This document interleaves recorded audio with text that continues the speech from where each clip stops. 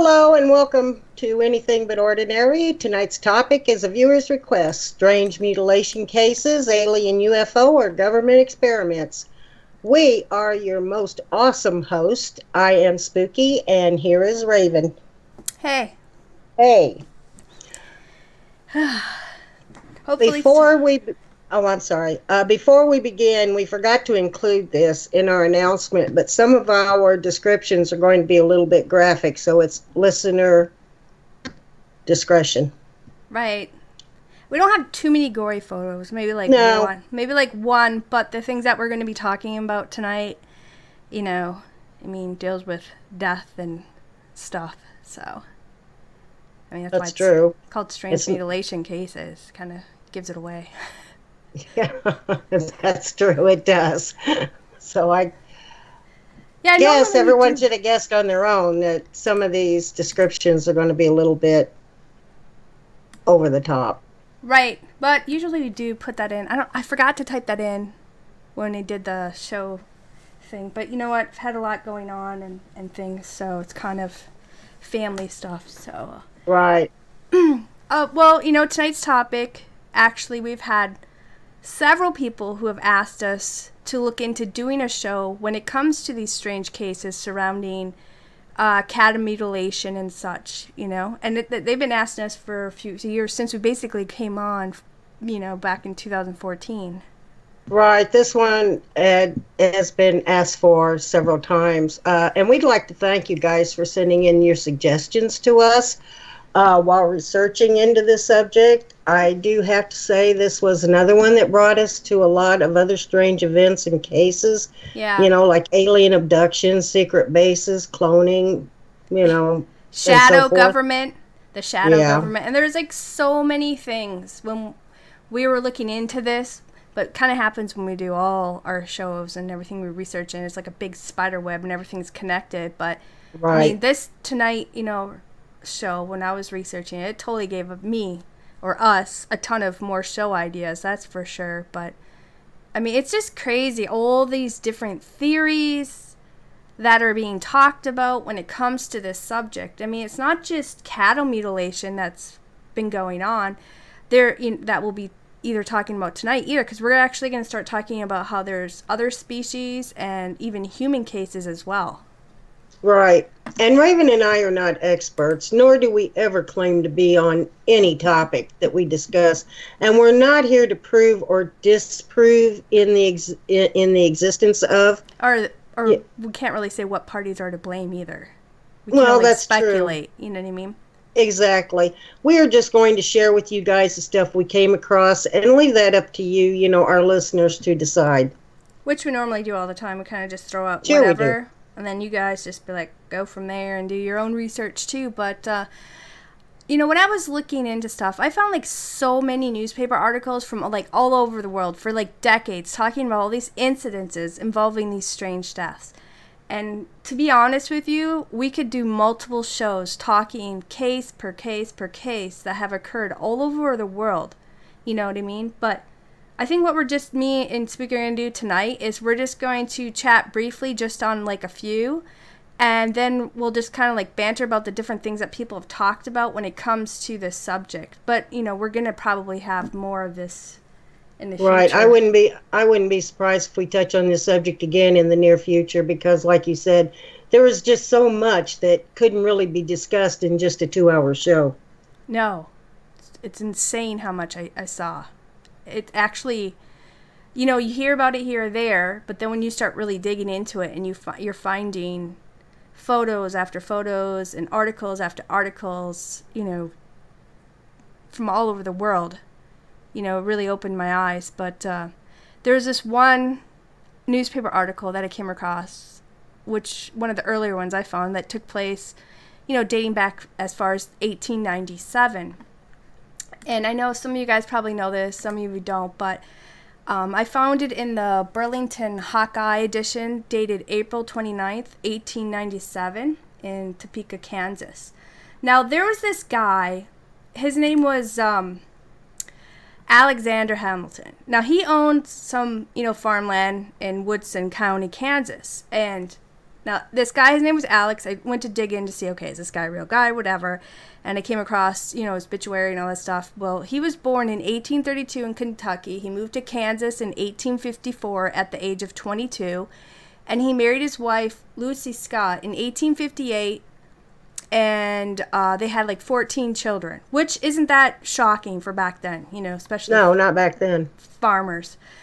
Right. But Alexander, he was a respected guy by many people in the community. He was well known to be an honest, a fair guy, you know what I mean? But on the evening of April 19th of 1897, at the age of 65, Alex, his son Will, and his hired hand named Gid Heaslip? That's hard. I don't know.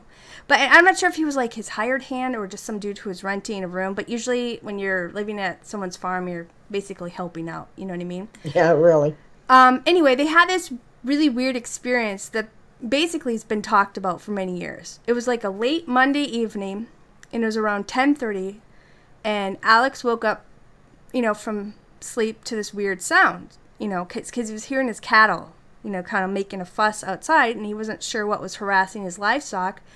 So he headed out for, he headed for the door, and when he saw this thing, he called it like this airship. He saw this airship hovering over the cattle lot.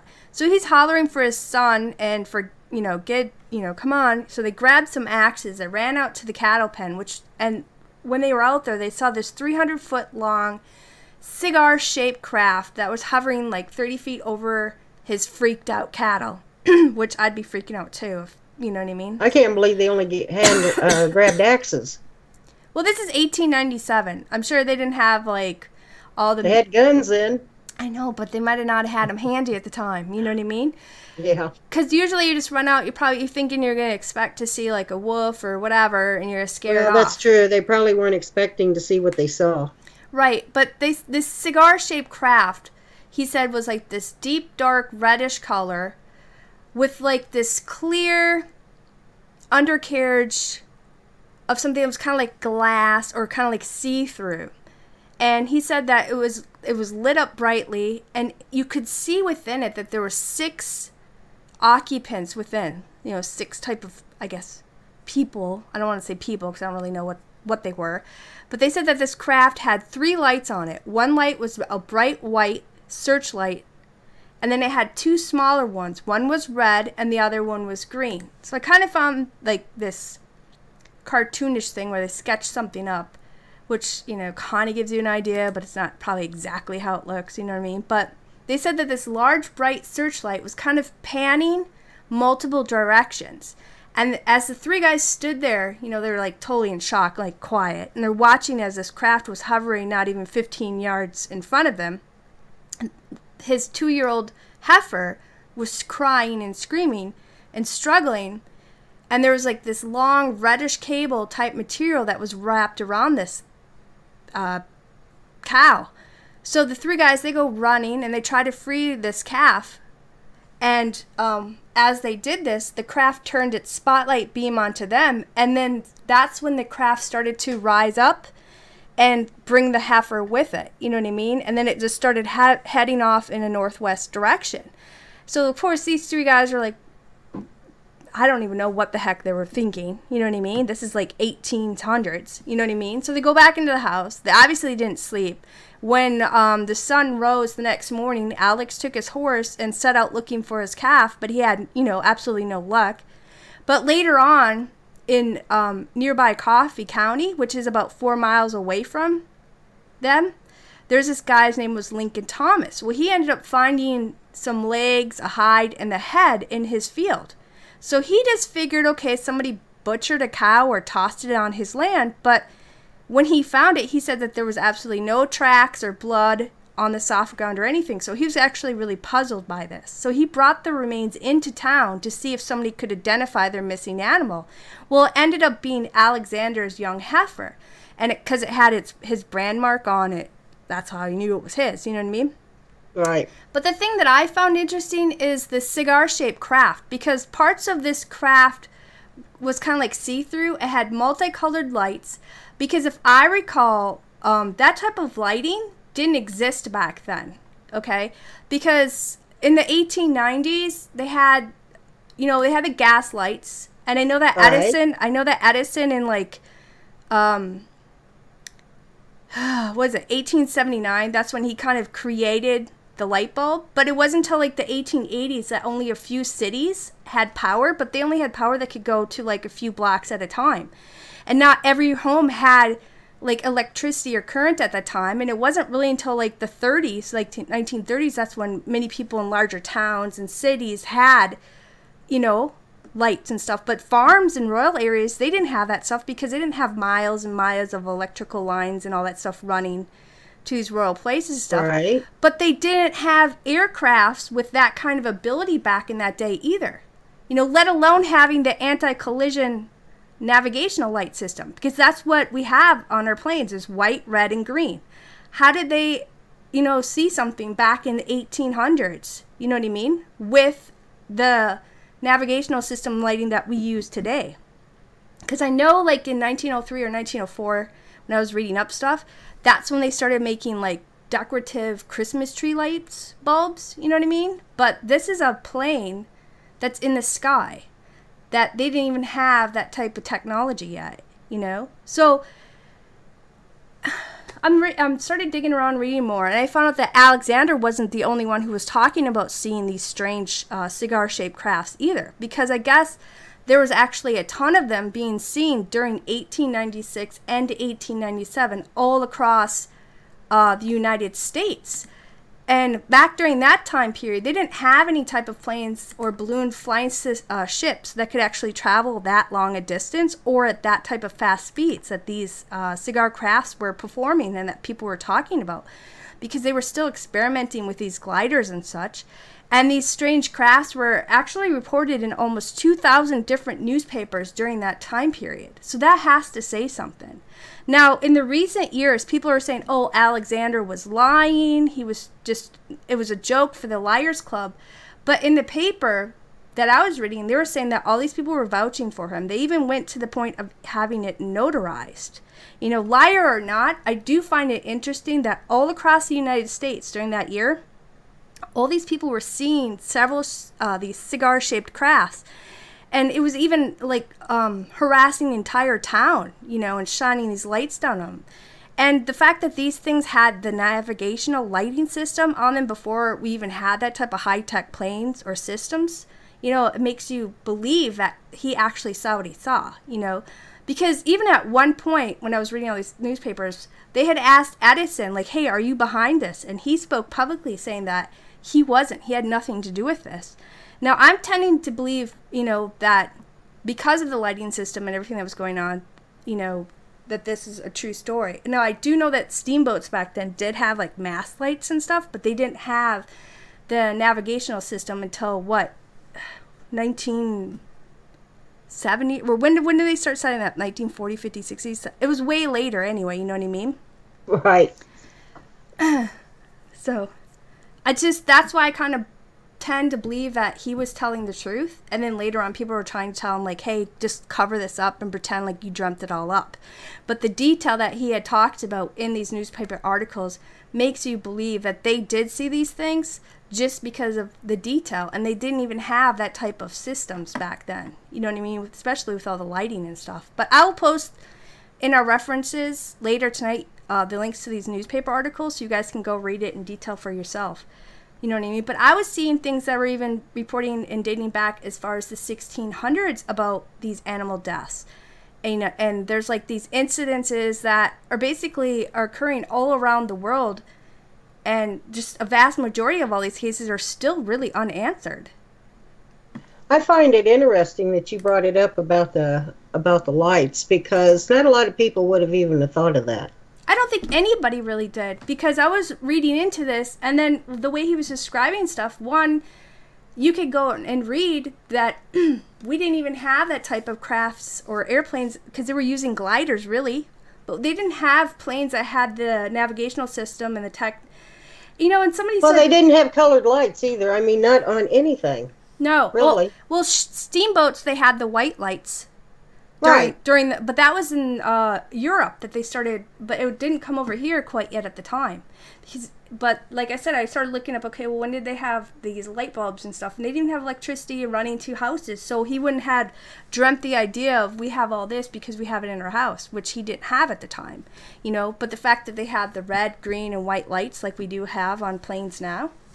At that time, they didn't even really have, you know, you said something, too, about Christmas lights, colored Christmas lights. Mm-hmm. At that time, they didn't even put lights on their Christmas trees. No, that was until the early 1900s. But, right. But there were people who were trying to say, well, he's lying and everything else. And I'm like, well, he has the most, he's awesome liar to even hit details that we use to this day. And then someone mentioned to me, like, well, maybe these people in these cigar craft shapes, maybe they're like time travelers and they were coming back because they don't have cattle or certain meat in the future. And I'm like, well, that's a weird thought, but maybe, who knows? I mean, we really don't know. We don't know. No, we really don't know. But I tend to believe that he was telling the truth just because of certain things that he was describing when he was telling people what they saw, you know? Well, I can't believe that, okay, if he was telling a lie, and to be honest, I didn't even know the Liars Club existed way back then. Mm-hmm. But if he was telling a lie just to win a contest, he has one heck of an imagination, because that would not be something that someone would normally come up with, because they didn't even think about visitors from other planets and flying airships, you know, or spaceships, whatever they want to call them. Yeah, so, well, and you know, and anybody, I don't know why, it's like all these people are looking into this stuff, but there's little details that just click and be like, okay, there's how from today, the stuff that we use today, they didn't have back then, but for them to know exactly and talk about the navigational light system, that really just, that caught my peak right there, where I'm like, okay, you know what I mean? And then when I started researching more and finding out that during those years, that all across the United States, and I'm sure in Canada and other places in the world, they were seeing these cigar craft shapes. And although that photo was like a comic book sketching, I think it's a little bit similar, but not exact. But I think this thing actually had like windows and everything, you know, like the type of crafts that we're seeing today. But, you know, back then, you know, you're just trying to sketch an idea of what you thought somebody was describing in a newspaper article, but... And if you really read a lot of these stories, not all of them, you know, but like this particular one, you know, you caught the navigational light deal. Yeah. You caught that. There's usually something in a story that you will catch, no matter how minute it might be, that makes you think, well, this really happened. Well, the lighting system alone, because, you know, back then they didn't even have all that. You know what I mean? Exactly. And they didn't even have, okay, it's one idea where I dream of spaceships and everything else. Okay, yeah, everybody can come up with ideas and stuff, but the fact that these little details that match what we have today makes you believe that this truly did happen, and that all these different things that we had read in these articles did really happen back then too. But why everything was talked about more openly back then, and nowadays they're like, you can't talk about nothing. You know what I mean? So I don't know. Well, even nowadays, they kind of look at you like you're nuts. I was like, in September of 1967, the King family in San Luis Valley in Colorado discovered that their 3-year-old mare named Lady, they found her deceased in the pasture. Mm-hmm. But what was shocking about what their horse had several bizarre cuts all over its body. Its head and neck had parts of its hide skinned and defleshed of tissue. Muscle exposing the skull. Its body was drained of blood, and several organs were missing as well. But according to other sites, Lady wasn't the only animal in the area that had been found mutilated. As a matter of fact, I was reading something on that, and that was also during a time when there was a rash of UFO sightings and a lot of cattle mutilations found. Well, she was like, I know there was cows and other animals back in the day that I kind of read about. And here's the thing. I had to really sift through the earlier articles, because you type in cattle mutilation, you type in this or whatever. Right. And some of it was... And you come up with about hundreds of stories. Right. Some of it was people, okay? Because some of them I ran across, so I was like, oh, what's this? And it was 2 kids tying some cattle tails together and then spooked the cows, and they ran and their tails got ripped off. And I'm like, huh. You know what I mean? But then you come across these really ones with the perfect cuts and the blood's missing, and the description they're talking about early in the early 1800s and 1900s, and then you keep finding more reports. You know, like you said, this one horse one in 1967, I think that was the first well-known one as far as it not being a cow and it being a horse. But during the 70s, you know, and you know, there was just tons of these articles talking about all the animal mutilation cases, you know, and it was all across the Midwest, because I was seeing them in Minnesota. I read some in Nebraska. You have Kansas. There was Oklahoma. You had the Dakotas. You had Illinois, Iowa, Missouri. I think like in 1973, just in the month of December, I came across people talking in Kansas that just in one area, there was 44 mutilated cattle found in just like a 2-week span, you know? Right. And they were all... I remember that. And they all I remember reading about it. Yeah, and they all had that same classic missing organs, no blood, etc., you know? And like in 1976 in Colorado, you know, they had their Bureau of Investigations and stuff. They had over 200 and some cases just, you know, of mutilated animals there. And not just cows, but, you know, there's in Colorado and New Mexico and Montana. I mean, I was reading article after article of all these strange mutilation cases. And, like, in 1978, you know, people were talking about, they were seeing these strange saucer-shaped lights in the sky around the exact same time that a bunch of these cattle were being killed just in St. Louis, Missouri. So it just makes you wonder, because you're just reading article after article after article, and why isn't this, and it's still ongoing all the way up to this day, you know? Oh yeah, like in the 1970s, the area around Dulce, New Mexico, it was plagued with cases of cattle mutilations. I mean, the blood and organs were missing. There was no blood around the animal. Yeah, what you would normally see if exactly if the animal had died or been wounded or something, or bled out, or sorry for being so graphic, there would be blood all around this animal on the ground. Well, anybody who's butchered an animal, who's gone hunting, or has had to process their own food, it's messy. It's not a clean... It is. You're going to have blood somewhere. To find absolutely no blood on the ground or any trace of it is not normal, period. Right.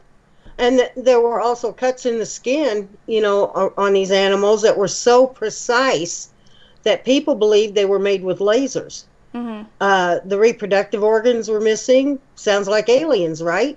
I don't know. Well, actually, Gabe Valdez, who was a former New Mexico state trooper who investigated these mutilations, he'll disagree with you, because, in fact, he believed right up to his death in 2011 they were done by an agency of the United States government who used secret underground bases in the Dulce area. And he believed the mutilations were some sort of government experiment. Oh, the map, I was just kind of throwing stuff on. I made this map real quick, but I mean, I just was clicking it on each state. There's could be more. I mean, literally the whole state could be covered, but somebody's talking about how it's similar to the Bigfoot map, but yeah, there is Bigfoots all over the place too, from what we were reading. Yeah, really.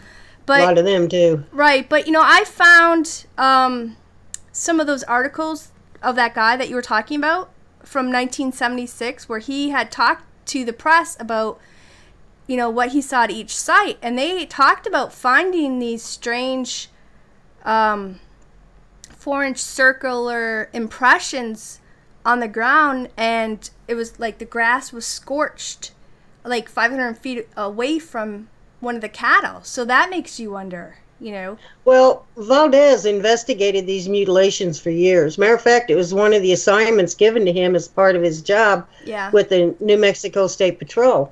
And it also happens at the Gomez Ranch, which had the highest counts of mutilation in the area, was in Valdez's assigned area.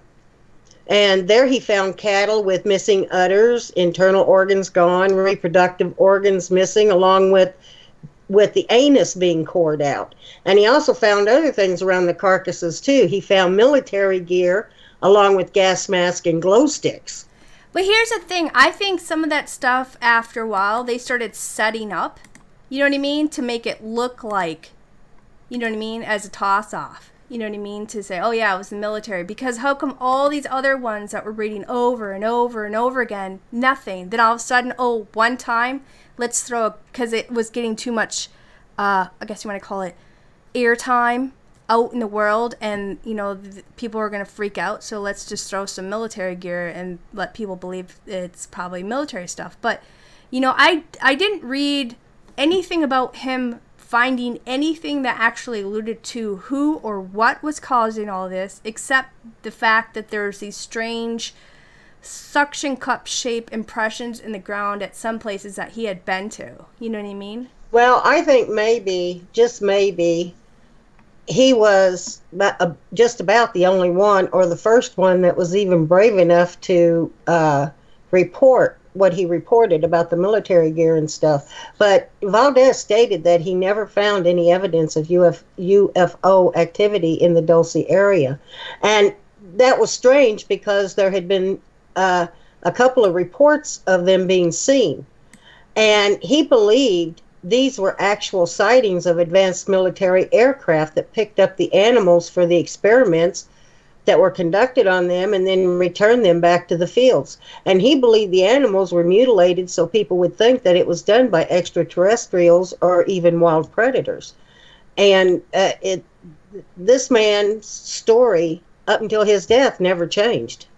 Well, I had read other things too, but I think he was I think what it is people are believing that our military, could be the shadow government, whatever you want to call it, is working along with these, I guess you want to call them aliens or whatever, especially Dulce, that base alone. And somebody mentioned here in chat, we could say too, that Jason Bland had said that some people believe that the base, a Dulce base, that there's aliens that eat by absorbing nutrition from blood plasma and my chat's messing up, body parts, and bathe and soak through their skin and stuff like that. Well, Valdez wasn't the only one that mentioned secret underground military bases in the Dulce area. I mean, there were rumors about these bases for decades. So he wasn't the only one that even mentioned them. Well, we talked about a couple of these. We talked about Dulce base before too. I think it was when we talked about the Chupacabra show or whatever. But the thing is, in the 80s, there were several cases reported. And I was even reading articles in Canada where there was tons of animal mutilation cases that were reported in Alberta and, what was the other place? Saskatchewan. What? Saskatchewan. Yeah, sorry guys. Anyway, but they found cattle, they found goats, they found ponies, coyotes, raccoons. They were all found in like different locations. They all been mutilated. They were all missing, their sex organs, their ears, eyes, tongue, and parts of their skin or hide. And, there was, I think it was by that time, in the 60s, they had at least over 8,000 cattle mutilation cases that were reported all across the United States too. But the thing is it's funny that you got all these different places and they're all having the exact same procedures done. And there's no blood found. There's no really understanding of how this happened, when it happened, or whatever. Well, the thing of it is, like you just said, all these mutilation cases, be it livestock or wildlife, were all similar. The carcasses were drained of blood through small holes in the veins. Mm-hmm. I just, there's just some kind of surgical incision, that created some type of heat of some sort to actually kind of cauterize these wounds, because you can see the photos. You can see the photos and see, it's not like a normal, I don't know. And some of them, I don't even really want to say it's laserish either, because lasers will burn hair. You know what I mean? And the bodies were missing internal organs, genitals, missing eyes, ears, tongues. Hair follicles were taken out of the body. The anus was cored out. Many times these animals were found with bone fractures as if they were dropped from an extreme height. Yeah. So something had to have a hold of them for them to be found in and I'm not talking about the missing organs or anything, but I'm talking about the broken bones. I mean, a lot of these animals were found with broken bones, and more than once, it was described that it was like they were pushed off a cliff or something. They just dropped from a very extreme height.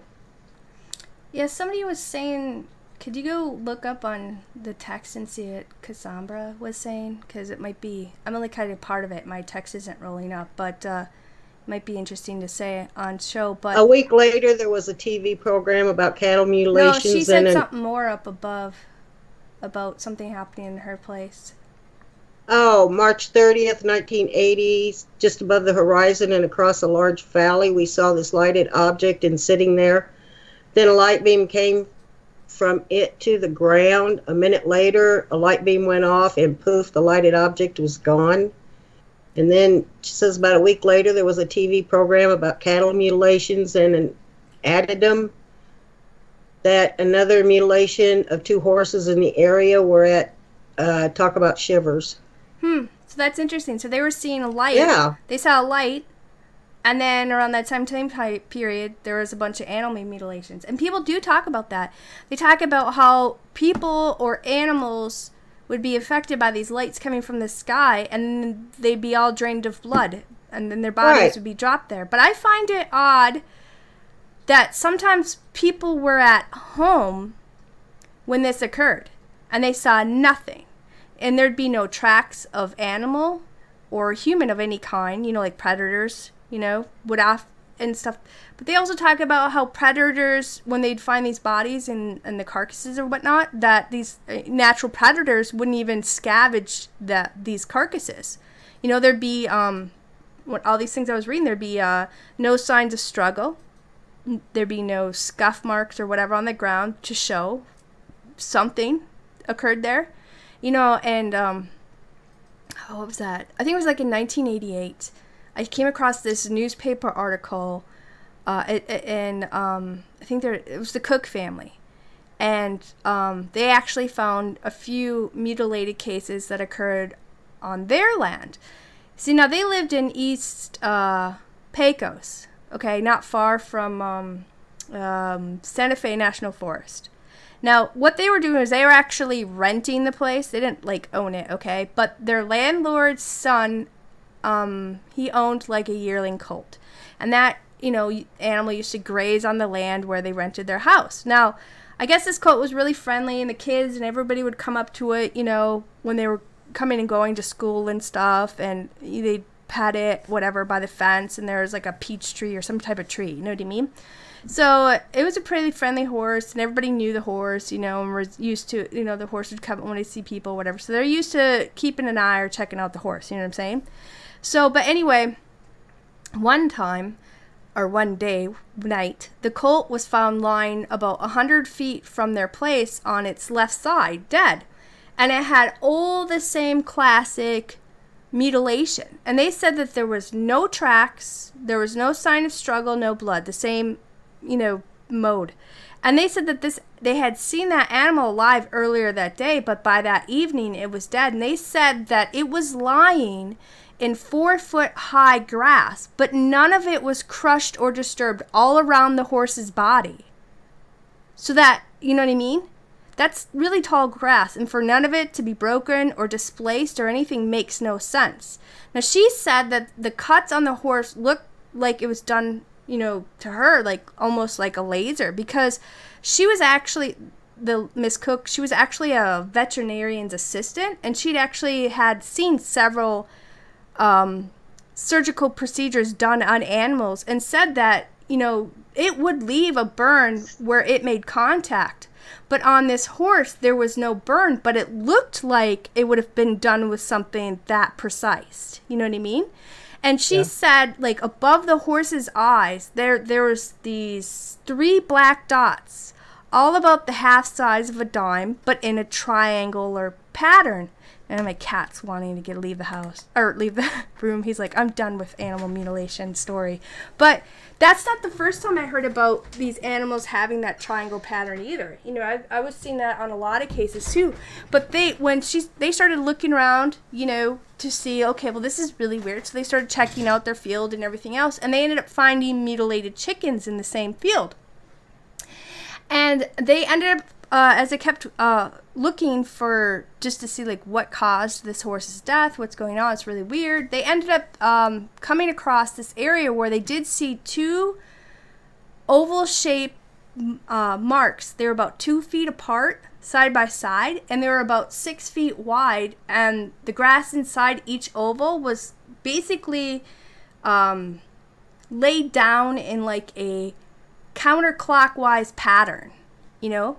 And I had read many times about, in these newspaper articles, and I'm going to post tons of these articles in our references so you guys can go read them. There's just so many of them. Like, we could literally read, you know, like 4 of them for one show and go on to the next, you know, just do show after all these cases that we've read about. But, you know, a lot of times they were talking about seeing strange bright lights in the sky, or as they call it, you know, UFO crafts. And they were even talking about seeing black helicopters.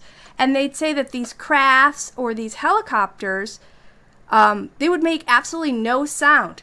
And of course, you know, these helicopters would have no markings on them or anything. They would have black tinted windows, which we've heard a lot about black helicopters and stuff before when we talked about lots of shows. You know what I mean? Well, okay, I'm going to go back to Dulce, New Mexico here for a minute. In April of 1979, there were 3 Dulce police officers that reported seeing a craft that resembled a Black Hawk helicopter. And it was hovering near the site where 14 cows were reported to have been found mutilated. Now, many of these mutilated animals, you know, like you say, were found with broken bones, so it's quite possible that these crafts or helicopters could have just dropped these cattle or animals from the sky, and that's why there were no tracks to be found. But like I mentioned earlier, Valdez believed that the government was involved in this in one way or another, and he also talked about, like I said before, the secret underground bases in the Dulce area. Which, by the way, we still need to do a show on, because we've actually been asked, I think, like 4 times now to talk about the Dulce base and underground bases. Right, we have. And New Mexico is not the only state where sightings of black helicopters were seen near mutilated cattle. There are reports from Nebraska, Iowa, Kansas, Missouri, as well as other states. Now, there are also reports of people being threatened to remain silent about what they saw. There was one farmer in Nebraska that, I can't remember his name, but I remember reading the story on him, where he reported being chased by one of these black helicopters. And when he reported it, he claims that government, or people that he assumed was from the government, had come to him and told him that he needed to remain silent and not say a thing about, you know, to not say any more about what he saw. And he never did. You know, there was a report in 1999 in the Cascade Mountains near Mount St. Helens, Washington, which I have to say, Washington is a hot spot for a hot spot for a lot of stuff, you know? Yeah. So there was these guys, they're like a bunch of forestry workers or whatever, you know, they work for the state or whatever, and they were all out there in the Cascade Mountains doing stuff, and they actually they saw this beam of light coming from the sky, and in the light was this huge elk being lifted up into this strange disc-shaped craft, they said, you know, and, you know, I'd be standing there too. I don't know why people don't take I think in 1999 they didn't really have good phones or, you know, cameras on that back then, but, you know, some people think, you know, this is all some kind of covert cover-up, you know, which is kind of like what you're saying this Valdez is saying, you know. Well, one of the theories for the government involvement is the tracking of diseases that can be transmitted to humans, such as mad cow disease. Okay. I don't believe that. That's what all this is. That's just one of the theories. Yeah. But then why do it in secret? If this is the case, then really mutilations are unnecessary. And okay, what I'm about to say may seem heartless, but it is what it is. When a cow displays symptoms of mad cow disease, then you kill the cow and you send the brain to the biology department of the Department of Agriculture for testing. Now they are working on a blood test to detect the disease, but unfortunately, there is no treatment or cure, and the end results are the same. And there is no treatment or cure for the human strain, and less than 1% even survive it. Yeah, somebody said that they were calling you on the phone to, it was Agent Smith trying to give you the Matrix. You know what I mean? Yeah. But, people are, this is the thing, what you just said. I don't believe this because you're trying to sit there and tell me, like, this is happening since as early as the 1800s, and all these articles we're reading, all these cows and stuff. It's because people are wanting to monitor the food chain, okay? I mean, if that's the case, why not tell the rancher, pay for the cow, and take the body with you? Why drop it back off? Let alone... Exactly. We know how our government works anyway. They just take your cow and walk off and say, suck it. You know what I mean? They don't care. Yeah. They're going to do it anyway, But there's numerous cattle mutilations that have cost ranchers thousands and thousands of dollars. In fact... Right. I've read articles so many times about this where people have been affected by this so much because it kept happening more than once, that they had to stop ranching. They lost their farms and everything because that's their the livestock, that's their livelihood. So exactly. And not everybody has hundreds and hundreds of cows because not everybody's like all that rich, but they might have 60 head. You know what I mean? And then they take out 20 of them. They're screwed. A cow alone is like, what is it? A couple grand for some to a couple $100. That's a lot of money. Right. And if they are tracking diseases, then what is the big secret?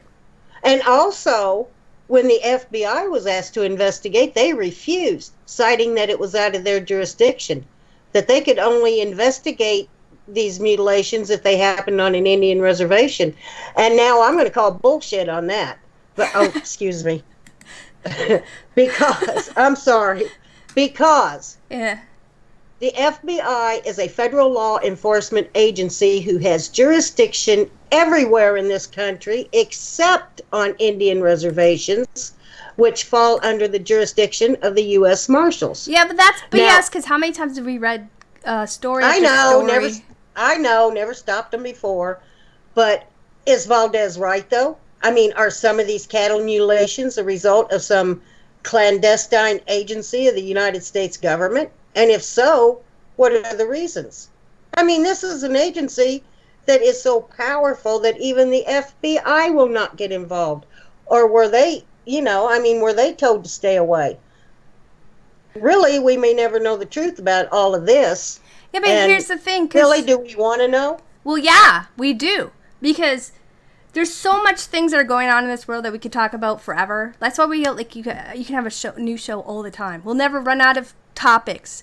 Especially when it comes to conspiracy, you'll never run out of topics. When it comes to aliens and UFOs, there's so many things we could talk about forever and ever and ever. And there's so much interesting things that people talk about in our chat too. That's why I love doing live shows because of the interaction and seeing what their thoughts are and what their comments on, with us. And that's just I love it. But the point is like You're right. Why? What's this huge secret? If the government's doing this, why are they coming in covert at nighttime, picking up these cows, right?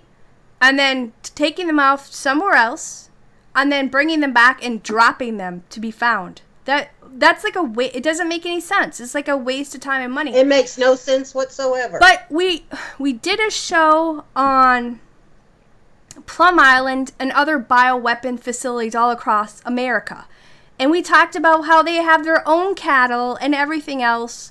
You know what I mean? So why are they going to come and spend all this money and all this time and try not to be caught just to check out if your animal has disease? You know, why even bring the carcass back? Let alone, you know, why are they dropping all these animals like in Canada, you know, right on the edge of the highway? Like, here, check it out. You know what I mean? You know, and I don't buy this thing that it's the government just checking for, you know, mad cow disease or whatever. I don't really else. buy that either. But like I said, that was just one of the theories out there.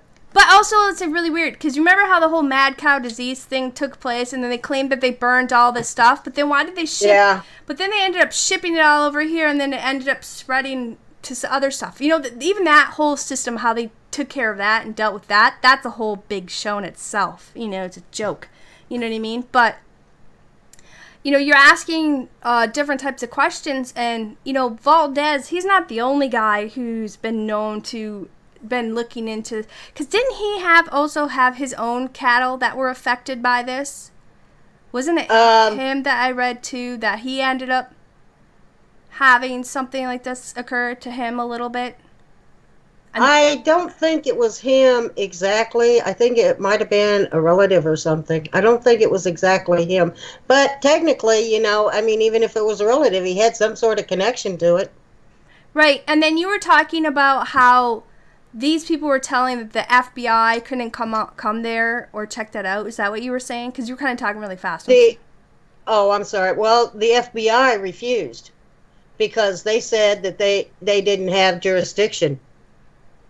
The FBI. It makes you think of, but you know, when you say the FBI can't go, then I'm starting to think of Mueller, or, you know, the X-Files. It's all of a sudden popped in my head, and you're like, how many times they've done a show on cattle mutilations and things like that. But I just, you know, there's a whole, after all this stuff that we're reading, the things that we're going to keep talking about tonight, you know what I mean? Because I'm going to take a quick break for a second because I need to get a drink of water because it's freaking hot here today. But it's just, I don't buy that military are coming in and, you know, doing it for the purpose that you're saying. Maybe, you know, I don't know. There's just, why are they taking out certain specific organs, like the whole entire organ, the whole inside's gone, so the you know, the bodies can cave down, you know what I mean? And the way, how far it goes in and cutting, I hate saying this, into the anus, but it's literally taking out all the digestive systems and everything else. There's a purpose to this, you know what I mean? I really don't think our government needs to run on all these different people's property and perform these procedures just to check for it. Well, I don't really buy it all either. You know, I really don't. I don't think that the government needs to be constantly stealing and mutilating cattle. I mean, a couple cattle, you know, you pretty well know their organs and systems just by doing an autopsy on them or whatever you want to do. Yeah. I don't buy it that they're doing this to track different diseases. Yeah, that spread different diseases. Animal Thank you. to human. Yeah, bullshit. That's like yeah, that was bullshit. Not the kind that smells. But I just and as far as the FBI, but I think that because the FBI did not want to get involved or claim that they did not have jurisdiction, I think that whatever is doing it, and let's just say for argument's sake, it is extraterrestrials. Mm-hmm. We did a show one time where the government gave extraterrestrials permission. Well, wait, I know.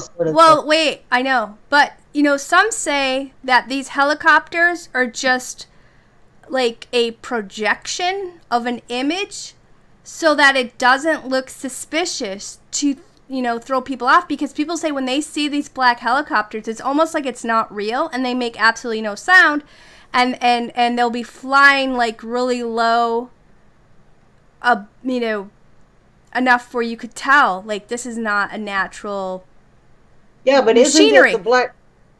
Isn't it the Black Hawk helicopter that is silent? No, you're thinking of that. You're thinking of the stealth jet, not a helicopter. No. There is a helicopter that they used. Matter of fact, they used it over in the Middle East because it was silent and the enemy didn't hear it coming up on them. Yeah, but it still disperses wind and creates the trees and stuff to move. That's true. You know, these things aren't doing.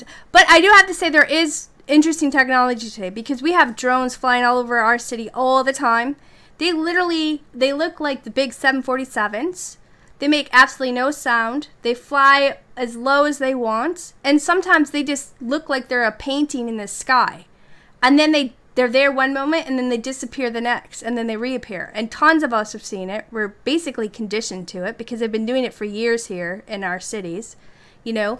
But there's some say, you know, like I said, they think that this helicopter isn't really what's doing these things, but they're projecting an image to kind of throw people off. But like you were mentioning, you know, we were talking about how we did a previous show on aliens throughout history, right? You were kind of mentioning that. Well, in 1954, there were claims and documented reports that stated that Eisenhower, you know, and we talked about this, had several secret meetings with aliens.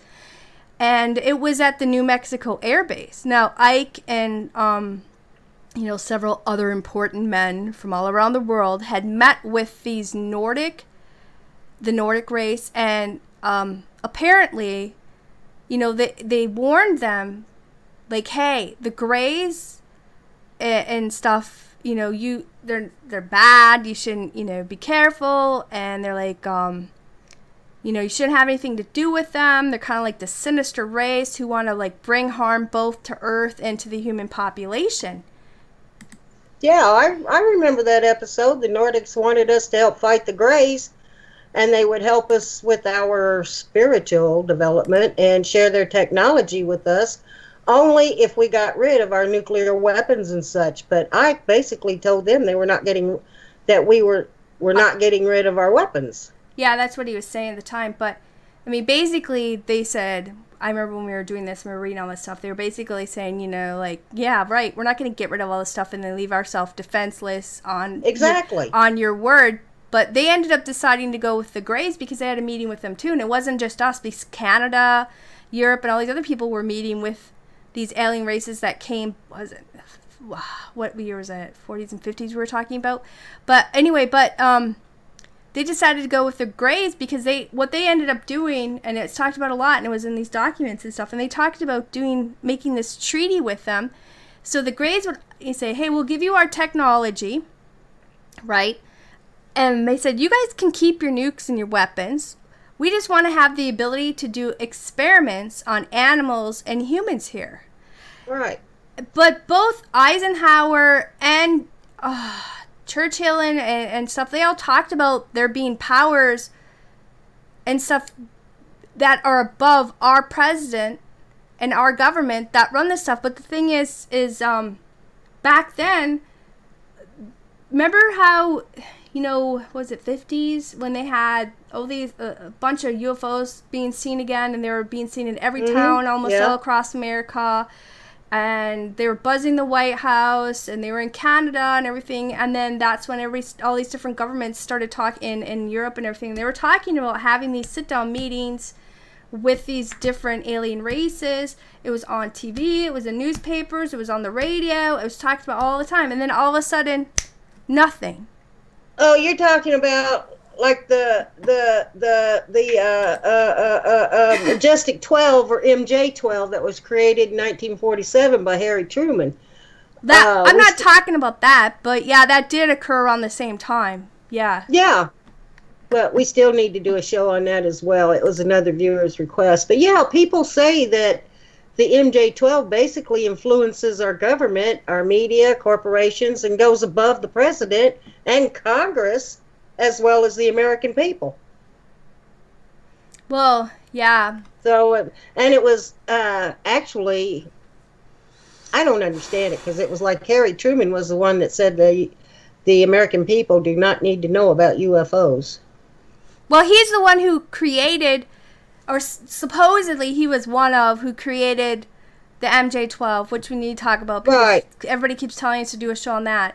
But they created this. It has a bunch of different like scientists and all these other people, and they deal with everything, and they basically took over everything. And then our government supposedly no longer had say. The president no longer gets to have any privilege or knowing anything. But that's when people started talking about how all these underground bases started being made, and that all these different races are working down there with our different, because like, you know, like our shadow government and our shadow military or whatever. And they're all working together. This is what people are talking about. This is not what me and Speaker are saying. This is what we believe. Y'all have to believe what we're saying. We're just saying everything that people talk about, and then leave it up to you guys to keep doing your own research and That's right. do your own thinking. But they talk about all these different bases and all these people working together with these things, and there's so much strange stuff that supposedly happens at these bases. Remember we talked about the Denver airport and the stuff under there, and then there's people who talk about, and you know how there's like miles and miles and miles of all these underground tunnels where all these semis are always driving through that could get from one end of the country to the other, and that there's all these different things down there too. And then people talk about how our people are being kidnapped and taken down to these underground areas and these bases and used for multiple different things and stuff. I mean, there's so much stuff we could talk about for like ever. You could talk about so many different things, but I really need to get a drink of water because I feel like I'm going to pass out. So let's just take like a quick 3-minute break, and then we'll go into the second part of our show and talk about, you know, different things with the humans and everything else. So guys, stick with us. Go get a drink of water or whatever, and we'll be back in like 3 minutes.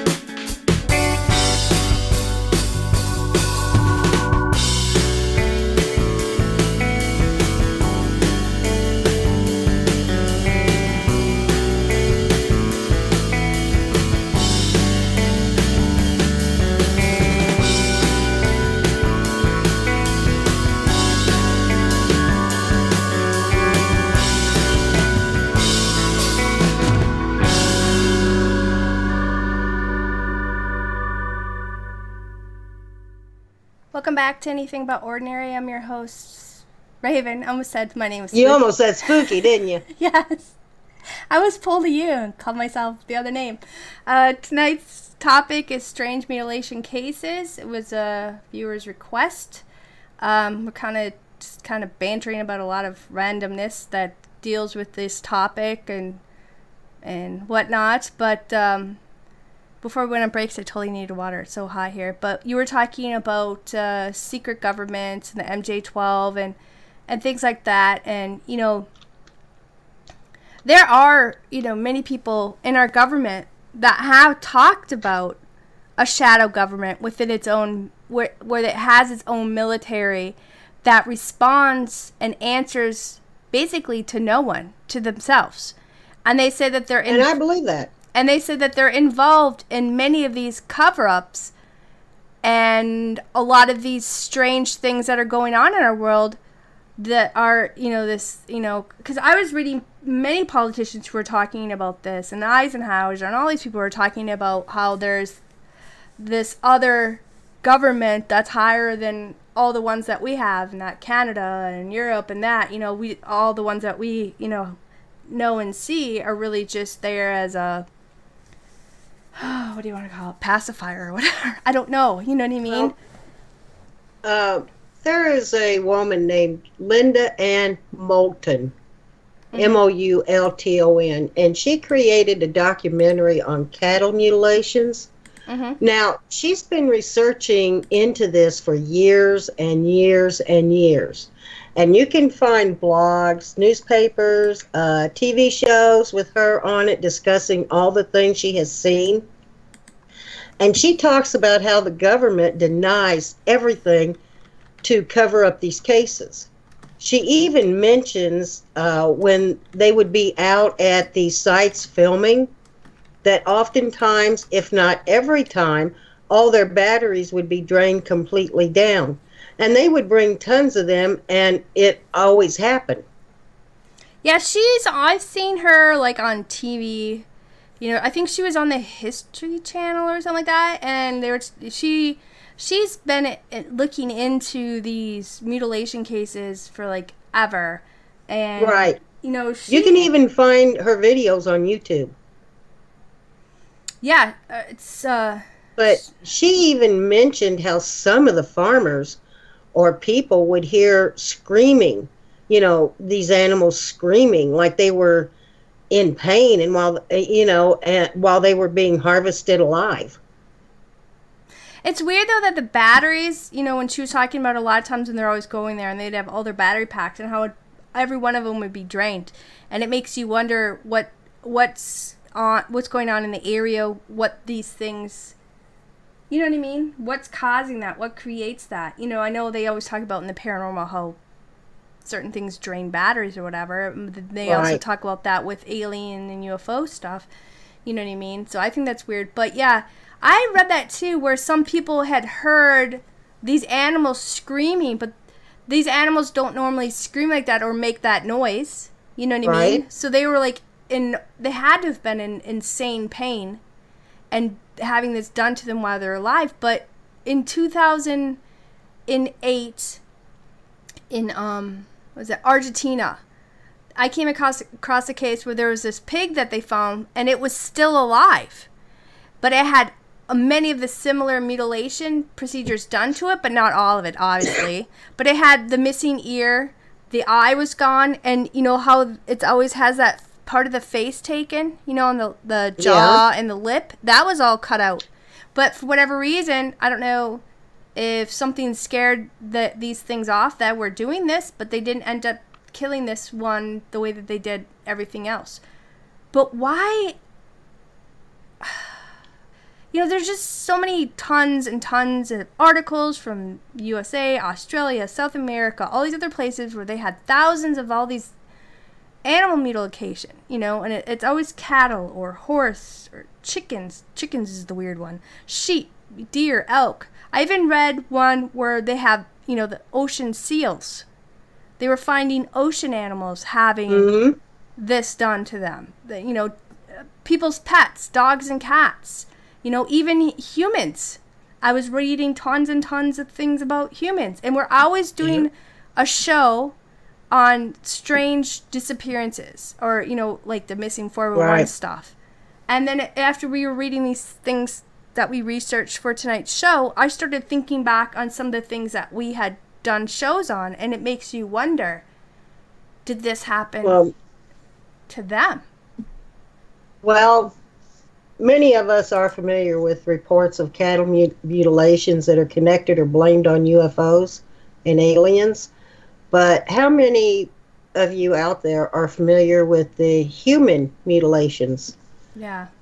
Supposedly, there are reports by eyewitnesses and even reports in the so-called Blue Book that certain government officials keep on alien UFO encounters.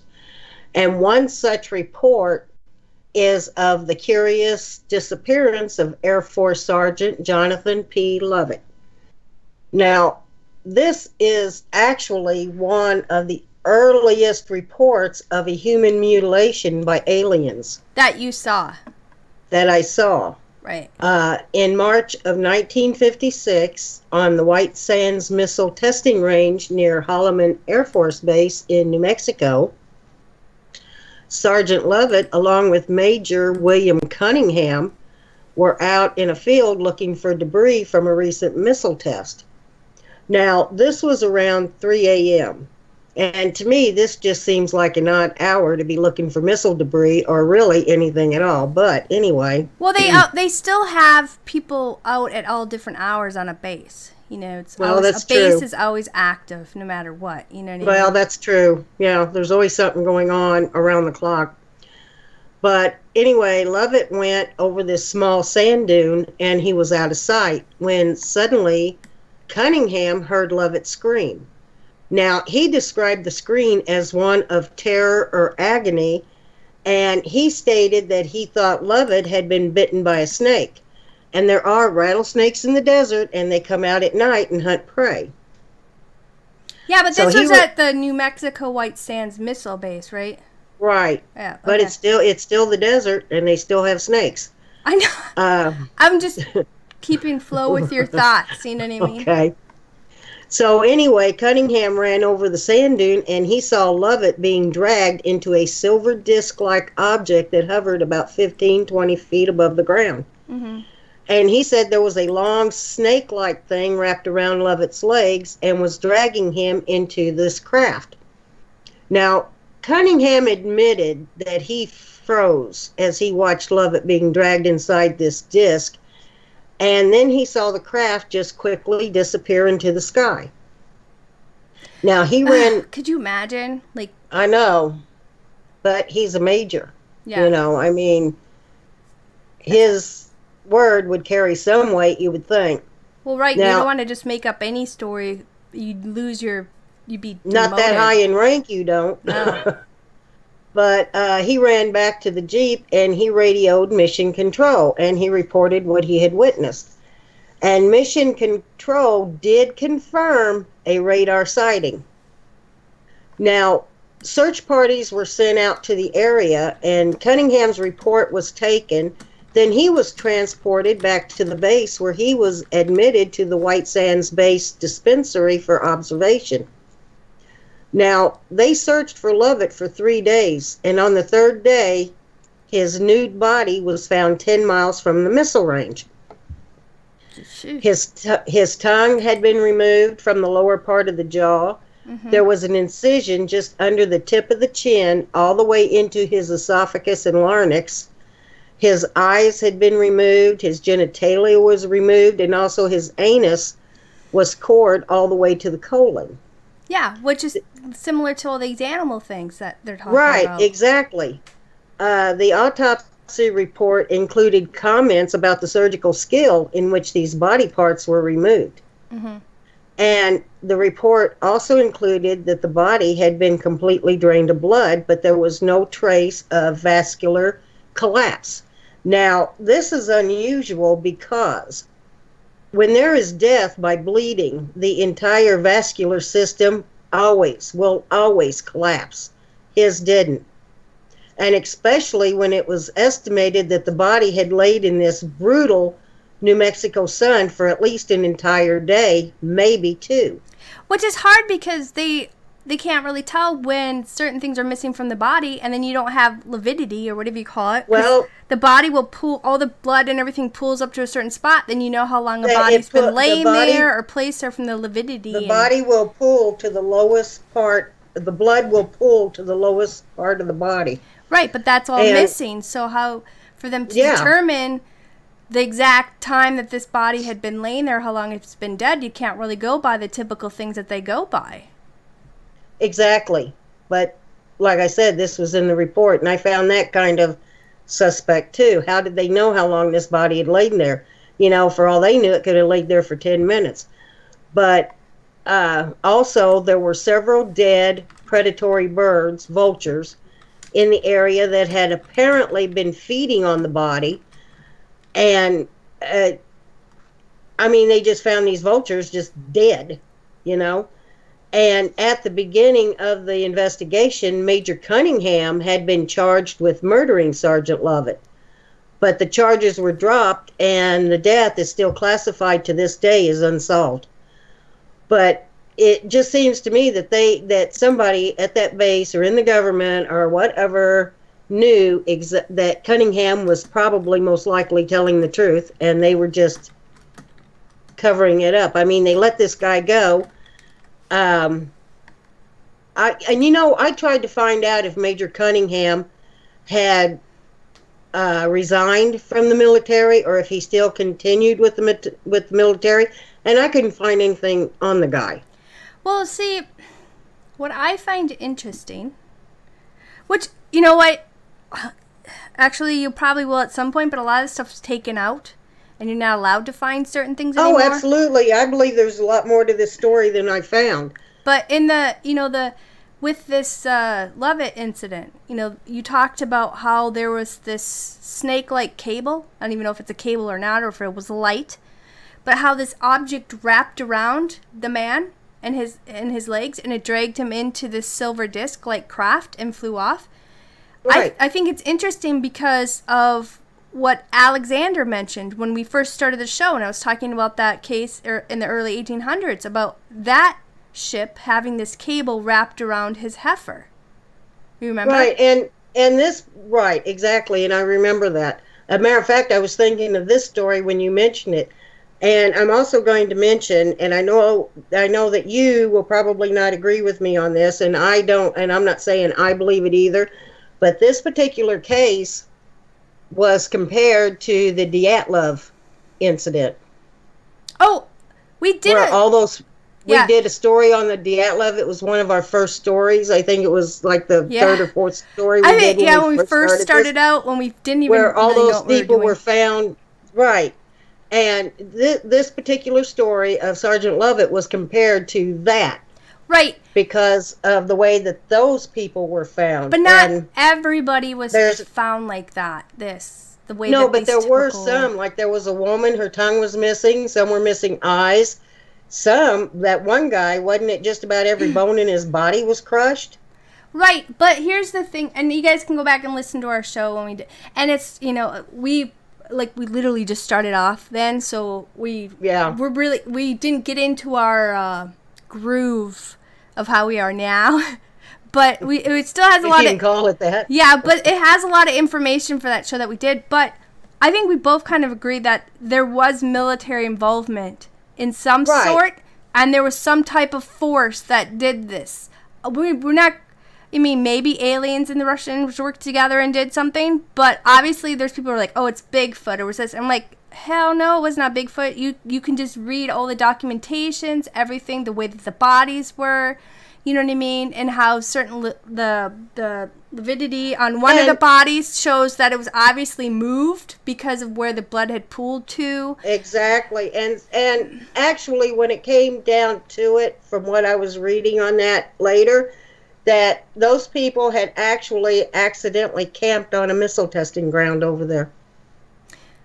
Well, I wouldn't be surprised because the Dead Mountain, basically, there wasn't a whole lot up there. So and I heard that they had a military base over there. But, we did do a lot of research. I did a lot of research for that show and stuff. And I still say to this day, because the fact that the military wasn't allowing wanting to give up the bodies. They didn't even want the family to even talk about it. They closed the case in a couple days. There was so much to it. There was radiation. There's so much to that we had done a show on and read all about it. There's definitely some type of military and some type of bizarre thing that happened to them. It was no animal or anything else. And I also think that their bodies weren't even affected by predators either, which is really weird because everybody who's been out in the country or anything or has, because it's normal to have livestock die once in a while. It happens. Right. Yeah, exactly. It happens. Predators come and dine on these carcasses. That's normal. And normally birds will pick it clean to the bone, okay? These things that we're talking about tonight, almost all of them have never been bothered by predators ever. And the ones that were, the predators were found dead. Yeah, really weird stuff. But like I'm saying, when you were talking about the Lovette case, it reminded me of that first one of Alexander thing, and it makes you wonder what's this cable-like object that comes out, because they couldn't even hack through that cable thing, right? And this guy's talking about seeing this snake-like cable. I don't even know if it was a cable or if it was a beam of light or what. But there's also things that we were talking about where people were seeing these beams of light come down and the person being right in the light, and then the light would disappear, and then the people's bodies would fall to the ground and be completely white and drained of blood. And they used to call it the chupacabra lights or whatever, or something like that. I can't remember if it was... where the heck was it? I know it was in Mexico and some and South America and some other stuff where there was a lot of people that were being killed by these beams of light and would literally just suck them dry of their blood and stuff. But back in what was it? September of 1988. I know this is another case that people talk about. And tonight, everything we're talking about, you guys, we're going to have links and references because we want you guys to go read all these tons of newspaper articles and go look at the photographs of, if you can stomach it, of these human bodies that were mutilated. Yeah, because there are definitely photographs. And you should be cautioned. They are very, very graphic. But you can type in cattle animal mutilation and you'll get all these pictures of all these horses and cows and pigs and sheep and all that stuff, and you'll see it. But we don't tend to show all the photos because we're trying to be respectful of people's copyright issues, whatever, and we put the ones up that we can. But back in September of 1988 in Sao Paulo, Brazil, in I might butcher this, so I apologize, the Guarapiranga Reserve area, there was this body found of a man. His name was Joaquim Goncalves.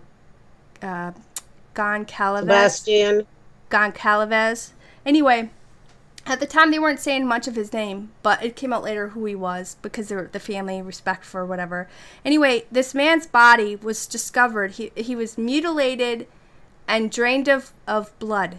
Now, I'm not sure if that's 100% his real name, but that's what's basically stated on these police reports, basically. Right. But I'm going to, we're going to have the links so you guys can go check out the photos. You can see all of the photos that they had taken, because at the time, in Brazil, they didn't know about all these different mutilation type of cases, you know what I mean?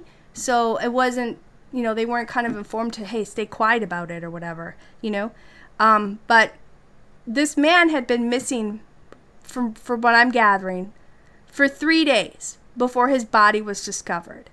Now, the reservoir is in the southern part of the city, and it was constructed in 1906 by the Tramway Light and Power Company. Now, according to the police report, which I'll post in the link in references so you guys can go read it for yourself, it states that the body was missing skin tissue, around the mandibulums, the eyes, the ears, his lips were gone, his tongue was completely removed all the way down the whole cavity, you know what I mean? He was missing muscle and tissue was taken from his arms and his shoulders. Part of his brain tissue was extracted, and there was absolutely no blood in the body. There was no, you know, they found like several, you know, circular wounds that kind of looked like they were done by some type of high-tech laser type of thing, you know what I mean? But it's not 100% a laser because it doesn't, you know, exactly act like how a laser was, but it's so precise like a laser would do that would cauterize the area at the same time. And these little circular wounds, they believe that this is where the man's internal organs were taken out of his body, you know, basically like sucked out of his body by something. And, you know, the scrotum was taken, you know, of course, again, you have the anal orifices. It's really weird to say these certain words on a live show. It's not something we normally always talk about. But it was, you know, that was taken, you know, by 3 to 6 inches in diameter, you know, the rectum, the digestive system, and so on. And just like all these, you know, animal mutilation cases that we were talking about. And according to this report, they said that the body had only been there for, you know, like 48 to 72 hours. They said there was no sign of struggle. You know, the body was showing, it didn't show any like restraints, like if somebody restrained the man to overtake him or anything like that. You know, they said that, you know, the rate of decomposition, it was, you know, strange as well. And after so many days, you know, normal, if you think about it, normal decomposition state would have, you know, these bodies and the animals too, they would have been really bloated. They would have stunk, you know, all that stuff. They'd be full of bugs. And a wildlife would be picking these things clean. It's such a weird topic to talk about because it's not certain words we'd be talking about normally every day. This is kind of out of your comfort zone anyway. Well, it's not out of my comfort zone because I can discuss this. It's just weird talking about it open, you know, on a live show. But I'm trying to be polite, you know, for listeners. Right. But, you know, some say, you know, okay, they were talking about, rigor mortis hadn't occurred yet. But if I recall, after 72 hours, that's when your body basically returns back to the flaccid state anyway. Well, rigor mortis starts immediately. Right. But then after many hours. And it takes a body 12 hours to be in full rigor. Right. But then after 48 to 70. And another 12 hours to come out of it. Right. So if they found him 48, they say he's about 48 to 72 hours.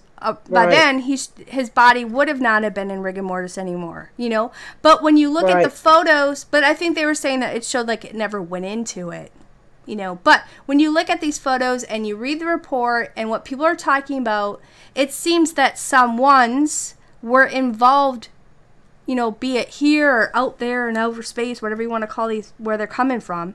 You know, they tried to say, there was people who were saying like, okay, this case, it was Agent Orange that did this to the guy. Because, you know, but Agent Orange isn't going to remove the jaw strip. It's not going to take out your organs, cut your eyes and your ear and your tongue. It's not going to be missing. Wouldn't Agent Orange just disintegrate the body? Well, yeah, and leave weird marks, black marks and everything like that. You're not going to have all these circular, surgical type of, you know, laser-like cuts and your whole body is empty of all its organs. Not Agent Orange is going to do that. So that's some of the dumbest things I read, you know.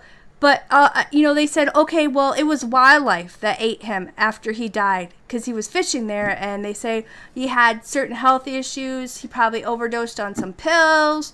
And then he passed out and he died there. And all these animals dined on him. But when you guys click on the links, when we have it in references to go look at this body, you know, we're trying to be respectful and not post all the photos on here because copyright issues or whatever.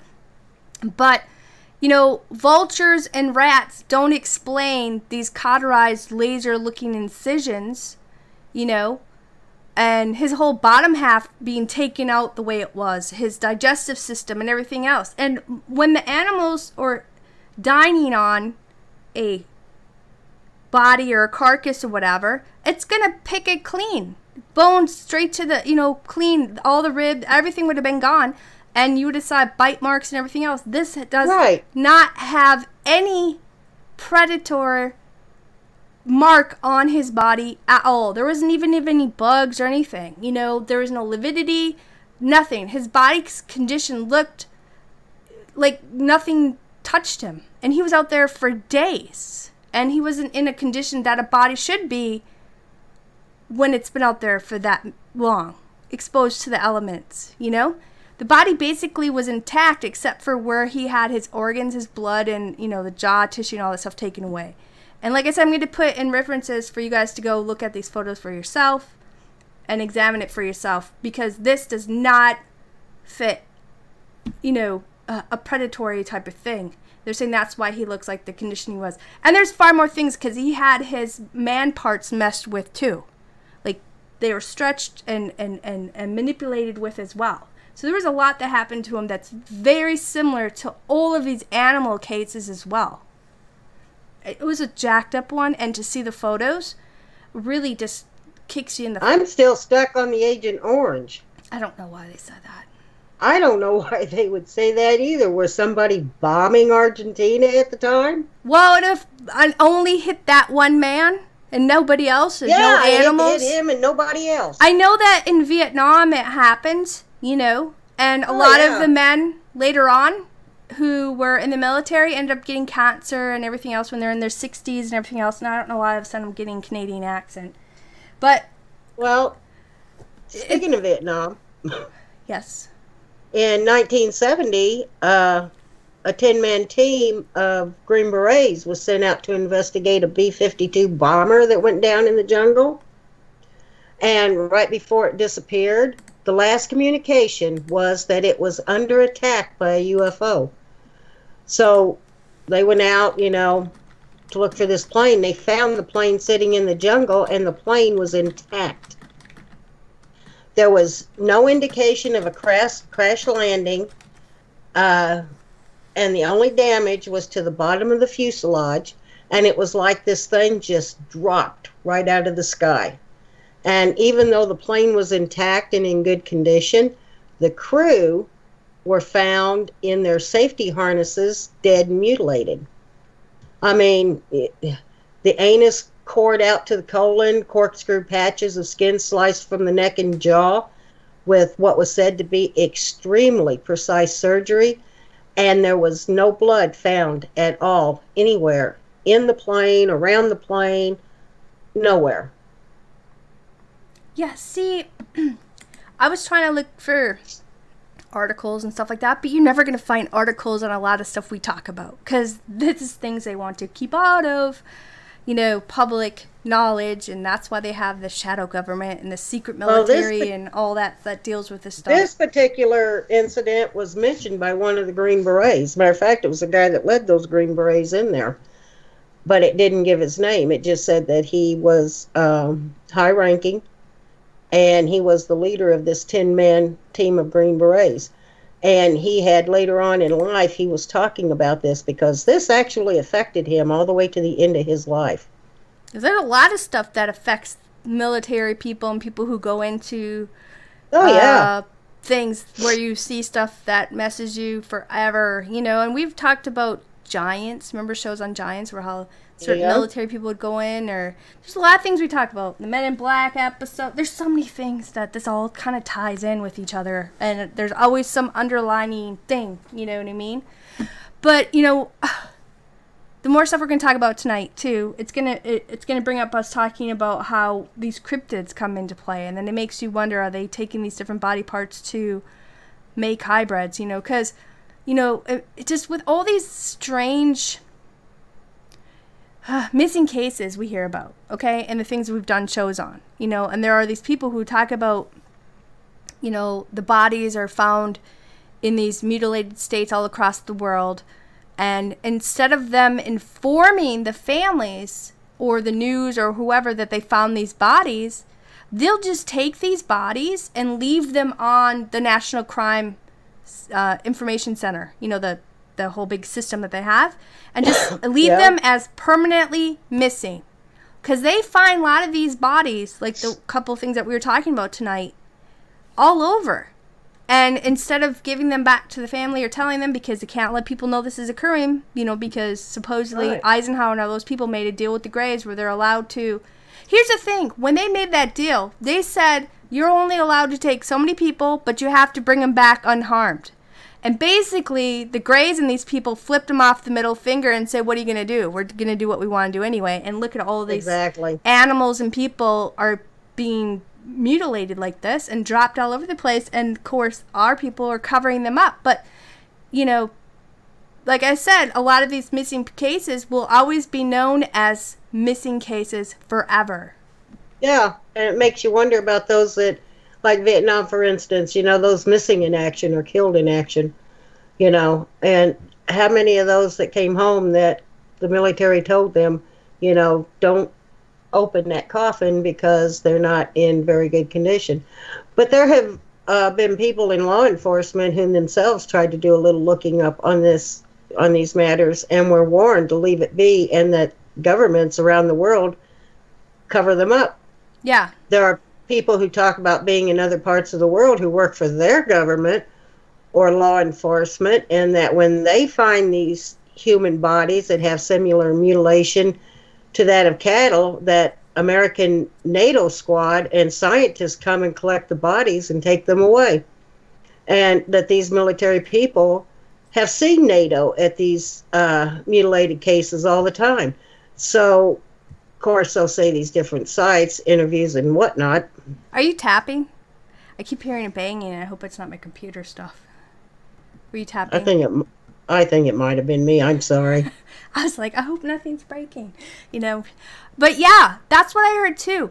That all these people who are like in Europe and everywhere else, where they're finding, like they found, you know, a teenager and a 20-year-old, you know, they were laying in front of their car on a road, and they're told just guard the bodies, don't do anything, and all of a sudden these American people come in and they collect the body and they take them, and that's it. And then you're supposed to just don't say squat. You know what I mean? There's people who are saying that there's tons of these human mutilation cases, and that it's happening all the time, and it's happening just as much, you know, like it is to the animals, and except for, you know, the people's ones aren't really being talked about. And actually the Brazilian one was the first photographic evidence that was, you know, allowed out. You know what I mean? There's been other ones, but this is somebody asked a question.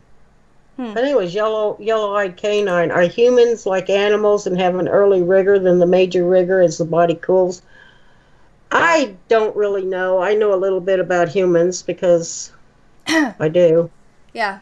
But I think there is, like, it's a slow process at first, right? And then it sets into full rigor after. Like, there's a mini rigor. I don't know about animals, okay? But I do know that humans, it takes about 12 hours for the human body to go into full rigor. And it takes about another 12 hours for it to come out of it.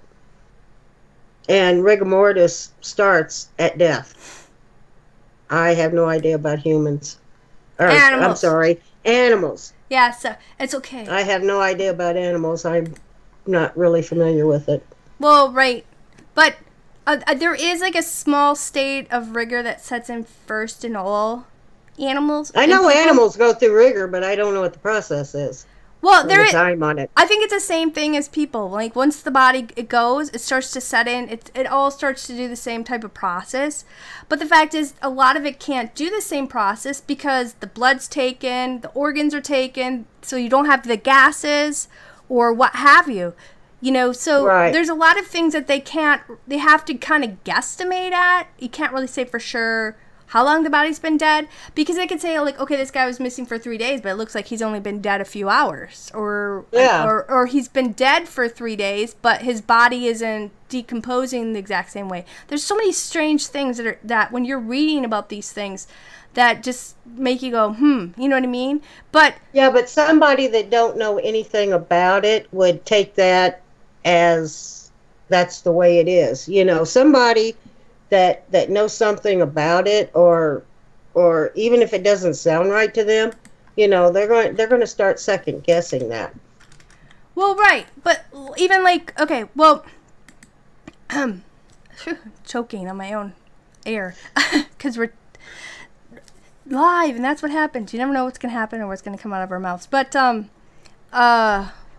know, with a lot of these unexplained and unresolved disappearances and stuff, and the cause of all this, you know, we had a viewer contact us, and they'd asked us to look into this strange UFO case, you know, and they mentioned this guy. His name was Todd Sees to us. Yeah. Okay. Now, I'm not saying, like, for fact, this is exactly whatever, you know what I mean? Or this even has to do with 100% of this, but it kind of deals with a little bit of this, you know, in a way. But there's some people who believe what happened to Todd has to do with, you know, some type of unidentified flying craft, obviously. And you know, a lot of people say it's like our own military and aliens working together, whatever. Anyway, this guy's name was Todd Sees. Now, he was born September of 1962. And at the age of 39, he was married. He had a few kids, and he lived in Northumberland, Pennsylvania. I don't even know if I said that place right. But he lived basically off of Route 147 in Point Township. Now, they had their residence, which was kind of like at the bottom base of Montour Ridge, all right? Now, Todd told his wife, he's like, I'm going to go up to the mountains and kind of scout for deer. Before, you know, deer season, you kind of just look out for good spots or whatever, you know what I mean? Yeah. And he said that he was just going to be gone long enough, and he would, you know, be back at least by afternoon for lunch, right? So he left his house around 5 a.m., and he took his ATV, and he went up the mountain, basically following, you know, the huge power lines, because they have all that stuff cut out, you know what I mean? So it's just a nice, clean stretch all the way up the mountain, following the power lines, right? And the power cut was basically right behind his residence. He had like 80-some acres. You know, he knew his land, okay? Now, that was the last time anyone had spoke with him from his family. Because he went up, he left around 5 a.m. And after afternoon passed and time kept growing, and they're like, okay, where's Todd? So some of his family decided they were just going to go look for him. And they kind of knew his routes and where the places he liked to take, because he'd been hunting for years on his property, right? So his wife, his brother, and his father and his son all headed out because, you know, she called for them to come out and help see if something's wrong. Because you don't know if you flip the ATV or, you know, anything could happen, right? So they go heading out up this mountain to try to find Todd. Well, after searching for a while, his son stumbles upon his ATV, and it's at the west end of this ridge, which is, you know, basically 2 miles from his residence. But they can find Todd, so they're kind of concerned. So they contact, because they were looking for a while, hollering for him and thinking like, okay, something happened. Maybe he got dehydrated or slipped or fell. So they contacted authorities, you know, hey, we need your help. So they come out there. And, you know, this is August, and like I said, the temps are kind of high and stuff, so, you know, they just were worried, like, okay, he's going to get overheated or whatever. So hours pass, and they find nothing. They found his ATV, you know what I mean? But they couldn't find Todd. So they had to end up calling off their search until the next morning, and by the next day, there were several volunteers who joined in the next day along with the search and rescue dogs. So they had all his family, and they had air, you know, ground and air search going on. They had like 200 and some people searching for like 2 days, and they were covering over 6 miles looking for Todd. And they searched like everywhere. They even had divers come out and they searched the pond. He had like this little pond not far from his residence on his 80-acre property, and they were diving in there and everything. And like I said, you know, Todd was an outdoors man. He knew his property, like his residence, you know where every room is, every light switch, whatever. He knew his land, and he had hunted it for a while, and he wouldn't have gotten lost. I mean, possibly he could have got hurt, but he would never have gotten lost. Now, everyone was baffled. The dogs, they didn't hit on no scent. They said it wasn't until about 30 hours after he went missing that somebody spotted something large and white in this brush area near the pond, which they were diving in before, remember? And so in this, because they kind of thoroughly searched this earlier, you know, and they saw nothing. But now they saw something out there, and it was surrounded by this thick brush or stuff. So it wasn't easy for them just to get in there. They had to cut away through this dense brush and these trees, you know, for at least 20 minutes to reach this thing, which ended up being Todd's body. And he was only found in his underwear. And he was extremely emancipate, or, what do you call it? Emaciated? Yes, sorry. And he was completely white, and they said the expression on his face looked as though it was in fear. Now, his body was found 150 yards from his residence. But Todd left that house, like I said, at 5 in the morning. He had his, camel vest on. He had his jeans, his hat, his boots. He was fully clothed. And when they found him, all he was in his underwear and nothing else. And he had no visible wounds, really. He had no animal marks or bites. And for him to get into that area, he would have been all cut up from that brush. You know what I'm talking about? Because they had to, cut away for 20-some minutes trying to get to him. Now, the county coroner said that the autopsy revealed that Todd Sees had been dead between 24 to 36 hours. But they found no signs of trauma or, coronary disease or anything like that. You know what I mean? But they did spot one of his boots at the tippy top of a tree about a mile or so away from where they found his ATV. So his son found his ATV, remember, like I said, 2 miles or whatever away. Yeah. And then a mile away from where the ATV was found, they found one of his boots at the top of a tree. How the frick did his boot get way up in a tree, right? And then they found his body only 150 yards away from his residence in an area where he would have been cut up if he wandered into that. Do you know what I mean? Right. And none of this makes sense. And the fact that he was completely white and what was that word I wanted to say again? Emaciated. Yeah. You know what I mean? In less than, he'd only been gone for what? Couple days, right. Not even 30 hours. They found him in 30 hours, you know what I mean? So how does a man in 30 hours go from a completely healthy man, into the state that they found him, right? And where they found him and why they didn't see him earlier, why the dogs didn't hit on him, at the time or anything else. But the FBI all of a sudden became involved in this case instantly.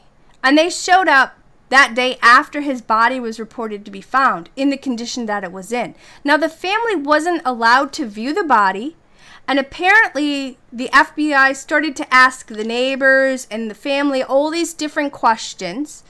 And the few people from the area were mentioning that day that Todd went missing, that they had seen this large, bright craft in the sky near the power lines where Todd was headed to that morning. And they said that this thing hovered there for over 15 minutes with this beam of light shining down to the ground, which one of our viewers were talking about happening earlier, remember?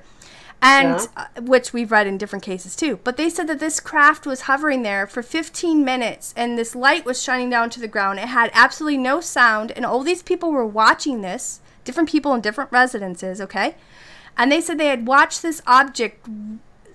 It raised something up in the beam, and it, was pulling something up in this bright light. At which point, after it pulled this object up into it, this thing shot straight up and went over this river, and out of Susquehanna. Yeah, and out of their view. Okay, now they said that these people kept his remains for 7 to 8 weeks. And the family was said to, they were never allowed to view the body. And it was a closed casket funeral. They didn't allow them to see this body. Supposedly, this is everything I was reading in the newspaper articles and all this stuff, okay? Now, some think that Todd's body could have had some of the classic mutilated wounds, right? But since the family wasn't even allowed to view the body, nor anyone in the public, you can't really say for sure. But several people had witnessed this strange object in the sky where Todd was at that day, and they said that they saw an object, and some said it looked like a man, like a body, was being pulled into this craft through that beam. And then his body was found 30 hours later, completely white and what did we say again? Emaciated. Yeah, I don't know why I can't get that word out tonight. You know what I mean? Hey, you have problems with words all the time, so It's called Live Show. I'm not laughing at you. I really and truly am not. But then why are you laughing? Stop laughing. Because I have trouble with words too, and it. No, it's called doing live shows. But I don't know why that word doesn't want to stick in my head tonight. But anyway, for him to be a fully, completely healthy man, and then less than 30 hours be found in that state, basically, you know, that's just not normal, you know. But, you know, Todd.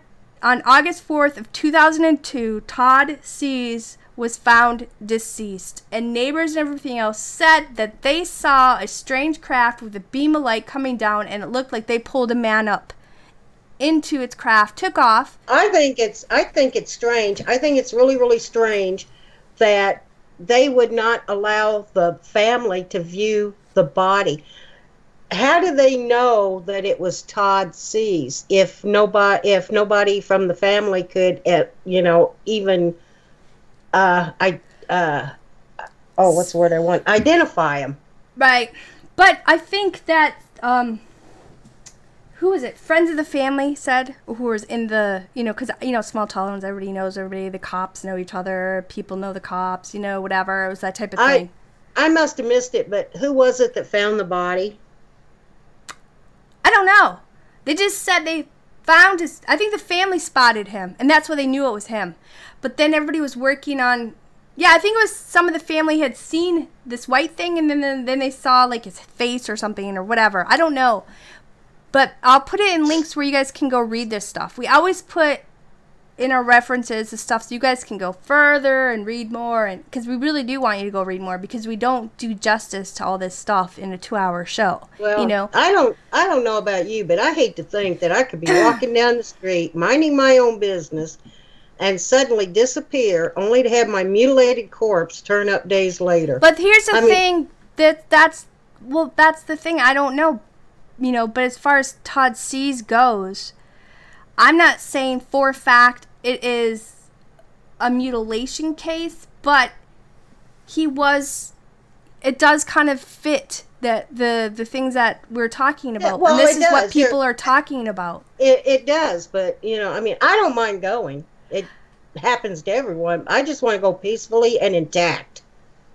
I mean, I cannot imagine the agony and the devastation to the families of those victims endure. I mean, not only from the loss of their loved ones, but also the condition of their bodies when found. I mean, it's hard for me to comprehend the idea of human mutilations taking place at the hands of aliens from other worlds, but the reports are out there. You just applaud me? No, I'm not going to... I thought I heard clapping. Sorry.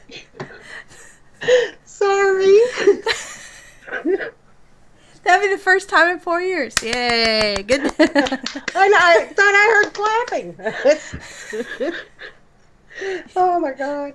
I was listening to what you were saying, and then I was thinking, and then I was looking over at chat too, and how they were kind of getting a little giggle out of our not being able to say words. But that's what happens when you're trying to say stuff live and trying to remember everything and stuff. You never know what's going to come out of our mouth. But no, I was tapping my hands on my legs when I was thinking about what you were saying, and like all these different thoughts were going in my head.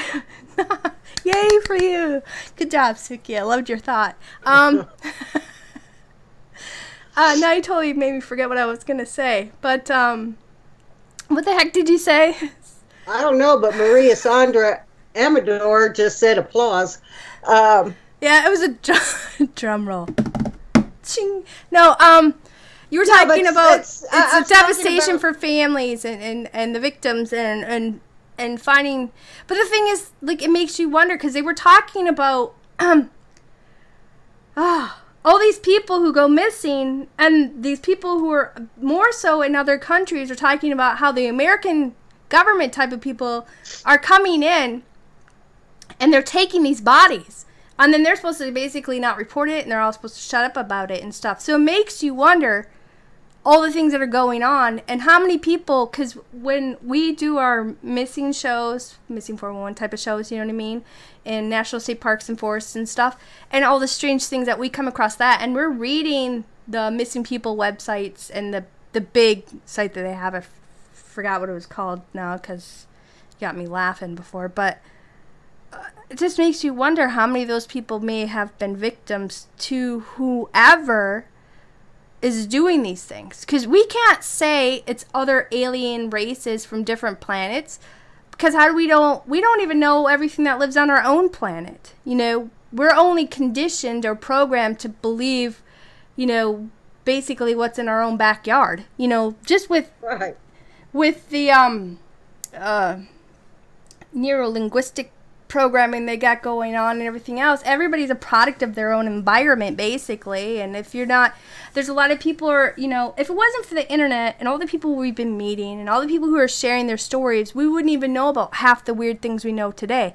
You know, because I've had strange encounters, you know, with different things, and you have too, and some of our friends, and the photographs that we have or everything else. So I mean, there is weird things that are going out there, but I mean, we can't, I'm not going to say that Todd Sees was or wasn't, but it is a case that is talked about by people when it comes to these strange deaths. Well, it's when very UFOs strange. are connected. This is a very messed up one. And that you know, is a messed up case. We will talk more on him on another show because I kind of just compressed it in real quick, you know, tonight. Yeah. But it definitely needs more airtime. But the fact that all these people were seeing a UFO and that strange beam of light was coming down, and that seems to happen a lot in these cases when you're reading these different articles.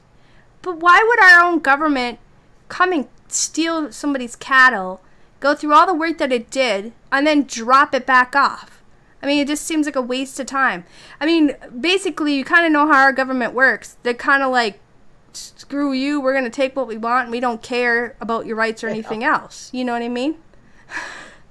I know. If they wanted to, they'd just come in and take it. Then we're here. We're taking your cattle. Bye. Yeah, so I don't believe done. that they're just doing it to protect us from diseases. And well, they don't want to alarm the public. Guess ridiculous. What? The public is far more... you can't shock us anymore. Have you seen the movies and everything else that's out there? You really think things like this is really going to bother us? You know what I mean? I don't. Quit reading chat and focus on talking, because they're trying to get us to laughing, because they're like, remember this time and remember when they said this. There's a lot of interesting things that come out of your mouth when you're talking live and trying to remember stuff. But if it's a secret government from this earth, or, you know, different races from another planet, there's no evidence to point to either way. And until it's really, I guess it is kind of witnessed, but we can't prove, like, okay, these unidentified flying objects are from outer space, because we do have technology out there that's really advanced, you know? And I guess if it's not, I mean, unless it's really filmed while it's in action, we're never really going to truly know who's doing this or what's doing this, you know? Yeah, but are these really, you know, are they really cattle mutilations by aliens or even the government? I mean, couldn't they be some sort of animal attack? That's a messed up animal, then. I hope I never run into that animal.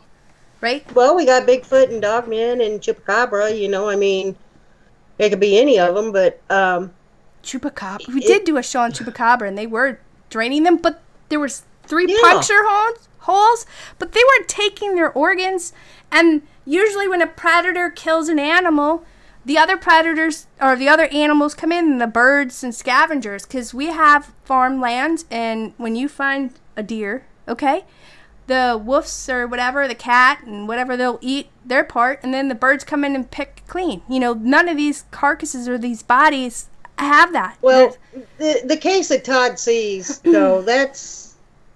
We don't know. That's... I mean, his ATV was 2 miles from the house. He was found 150 yards away from his house. His body was found 150 yards away from the house. And then, what was it, a mile down the road from the ATV, his boot was found at the top of a tree? Tippy top. The very Tippy top. Yeah. you know. So, but where's the rest of his other clothes? And they Yeah. scoured his whole 80 acres, you know, and whatever. And why did they keep the body for 8 weeks? And then why was everything so hush hush? And why is it still hush hush? You know, and what I mean? why was the family not even allowed to see his body? A closed casket funeral, and I'll bet you that casket was sealed shut, so nobody could get into it. Maybe his body was never even put in there. His entire story just is not right. Yeah, but what if what if they never of mutilation? Well, I don't know. We can't say mutilation, but cover up. No, we can't. But definitely a cover up. Absolutely. But maybe they said, "Don't ever look in this." But there had to be something to the body for them to. You might as well say forbid the family from seeing it. I'm sure that they said something, you know, like, well, he was messed up a little bit, you know, from whatever. What? And it's better if you don't. You don't want that image in your head forever. But the whole thing just stinks of a cover-up. But what if, and we're not trying to be disrespectful to anybody's families. No, we're not. By any means. We're just saying that these are strange. We don't know what happened per se, but there were strange things that occurred and whatever. But what if his body was never really in his casket, and then they put a weight thing in there, and then said you're not allowed to open it? Like you said, they permanently sealed it, and that was it. Maybe. You don't know. We just don't know. But there's this one chick, okay? I read about online. Her name was Miriam or whatever. Her name was Miss Hansen, okay? Now, she claims that she had been taken by aliens to this underground base, which she thinks that she was taken in the Dulce base. Now, she said while she was under hypnosis or whatever, that she had seen, because all her memories are coming back, right? And she said seen both aliens and humans working in this base, and that they were both there was also, I guess when she was looking around or whatever, or was allowed to look around, she said that she saw both human and animal body parts in these large vats that were filled with some kind of liquid, and that these aliens and these people were genetically creating different kind of hybrids, you know, with alien DNA and Earth different species DNA on, you know, humans and animals or whatever, you know what I mean? And that they were stealing these different animals and humans and using their blood and other stuff to do, like, you know, gene splicing and creating these different species or whatever. Now, I don't even know, you know, really who or what is to blame for all these thousands and thousands of cases that have been reported all across the world for centuries. You know what I mean? All we know is that this is happening. There's proof of it happening. Right. We see photographs. We've seen video. There's documentations. There's we're also going to have a link for the FBI records. You guys can go. A lot of them are blacked out, but you can read some of them. You know what I mean? And so we know all this is happening. This has been happening forever. You know, and you know they do talk about. You know how in the Bible, and I'm not trying to be like bashing or rude to religious stuff or whatever, but you know they do talk about. You know how they would sacrifice certain animals or certain things, and only certain things would be taken from it, or blood or whatever. Sometimes it makes you think of these mutilation cases or whatever. But I mean, I don't really. You know, all I can say is, you know, there's just far too much evidence out there that shows it. You know, well, and Cassandra made a good point. You know, the government can raise its own cattle.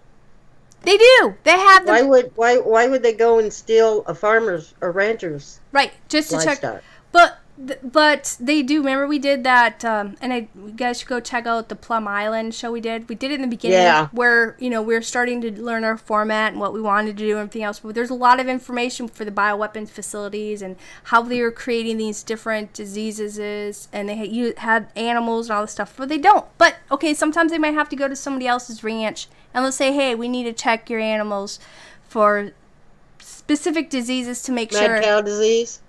any specific disease to make sure it's not going to escape out to the rest of our food or whatever, right? They're not going to do all this, go out of their way to do all this secret stuff, you know what I mean? Right. And gosh, we still have to do a show on these bases and stuff because there's so many people and military people and normal people and people who claim that they were, I don't want to say normal, but people who've been kidnapped by aliens or say they were kidnapped by aliens, but maybe they're not really aliens. Maybe they're like this shadow government military people who are conducting experiments on people too. You know what I mean? And they talk about... Yeah, I kind of wonder about that too. People who claim that they had been abducted. You know, were they abducted by aliens or were they abducted and taken to a secret military base? Right, because we still have to talk about the reptilians and different other races, you know, because we only talked about the Greys and the Nordics a little bit. But the fact that our government even spoke out and said that they had meetings with these people and that they made a treaty or a deal that they were allowed to do experiments on humans, but they weren't allowed to kill them, I think it got out of control. And these when these other, if this is happening and these things have or do or around, you know, they have far more power than what we used to have, I guess. I don't know. But anyway, we encourage you guys to go and check out the links we're going to put in our references later on and do some research for yourself because there are so many documentaries out there. There's interviews on YouTube. You have all these newspaper articles, which I'm going to put the links in because they're very interesting to read, especially the older ones from the 1800s, you know. And yeah, both you and I know this is going to be a topic we're going to end up talking about again in the future because there's just so much more to talk about this, and we're going to do like a little bit more in depth on different cases or whatever when it comes to all of this. But because basically we barely even scratched the surface of this topic. Well, that's true. I mean, but these are just a few examples of the reports out there. I mean, in a way, I can understand why they're being kept secret. You know, they are gruesome and disturbing. Yeah. But yet, I do feel the public needs to know. But then again, what good would that do? I mean, what precautions could you take to ensure that doesn't happen to you or any member of your family? You know, none. If they want you, they are going to get you. And why are they doing this? We don't know. Are they trying to create some sort of human alien hybrid race? We don't know that. Is it some part of a plan to take over Earth, or are they just sadistic and enjoy it? Maybe they've always been here. That's true. Because they talk about Hollow Earth, the inner Earth, and how these things come from it. Because remember a lot of times when we're doing shows and we end up talking about a lot of the natives who talked about when they were traversing across the Americas, how they came across all these different humanoids and ant people and reptilian people and Greys and all these things. I mean, it's been talked about for like ever. Yeah. So and you know, and one can only pray that their victims did not know what was happening to them. You know, I mean, there are just so many questions that will probably never be answered, or maybe someday soon they will be. Who knows? You know, we don't know why they're doing this. We just absolutely have not a clue. Right. Someone thinks we should do it state by state, which we kind of are. We do, because we do haunted states, and then we plan on doing cryptid states. But then I think we kind of do, you know, we've done a couple different states of all the different UFO stuff. Because what was that? Not Travis, the show we did on Travis, but what was the other one we did? What was that guy? Do you remember that one we did? That guy in the 50s? I can't remember his name. Watch, we'll remember right when we like go off air. Yeah, as soon as we go off the air, we'll remember. Right. But as far as, you know, these people, what they were talking about, they did talk about how it looked like they were alive and that they felt all of this happening too. Right. Because I had read that too. That is just a horrible thought. That they really. say these Greys don't give a flying bird about humans, animals, or whatever. You know what? They do what they want to do, take what they need to take, and whatever. You know what I mean? Yeah. I just read so much stuff, and, you know, we weren't really sure how we were going to talk about tonight, so we just tried to throw a little bit of everything in for you guys. But we're definitely going to do more of this later on in a lot more detailed and specific cases. But we have kind of touched a little bit on all these different things that we mentioned a little bit on different shows, and we hope you guys go check it out. And, you know, don't just go off of what we say. Don't just go off of what other people say, but really look into this and really research it, you know, before you formulate your own opinion, because there's something going on, but we can't say who or what's doing this, you know, but there's definitely somebody out there that has really advanced technology that's taking certain parts of animals and humans for a reason. Now, I know you have mentioned sometimes when we talk about Dogman that sometimes you think that's a created. I think Dogmen are engineered. I don't care what anybody says. I honestly believe that the Dogman is engineered. Well, then that kind of goes with what that lady was saying when she was in that base where she saw a lot of people in these rooms and in jail, like looking things, waiting. You know, a lot of people were taken down into these, why they hold them down there for whatever reason, I don't know. And then, you know, are they living species that they continue taking things from?